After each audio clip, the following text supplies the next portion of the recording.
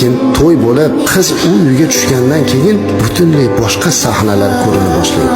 Qizingizni kelin emas qiz qilib olyapman degan qaynona o'zining uyiga qiz emas, kelin ham emas, balki bitta cho'ri yoki bir qul qilib olgandek munosabatini boshlaydi.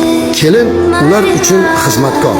Hamma narsaga o'rganish kerak. Ertalabdan kechgacha qaynota, qaynonani xizmati, qaynisingli bo'lsa, u ikkinchi qaynona. Uni zahar tillariga chidashligi kerak.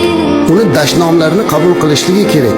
Shunday holatlar bo'ladiki, kelin faqatgina xizmat bilan ovora bo'lib, na o'ziga oro bera oladi, na erini ko'ynini oladi. Faqatgina bir narsa, qaynonamdan gap eshitmasam bo'ldi degan tasavvur bilan yashaydi. Alal oqibat muhtaram kuyov to'ramizning ko'ziga kelinimiz sekin xunuk ko'rina boshlaydi.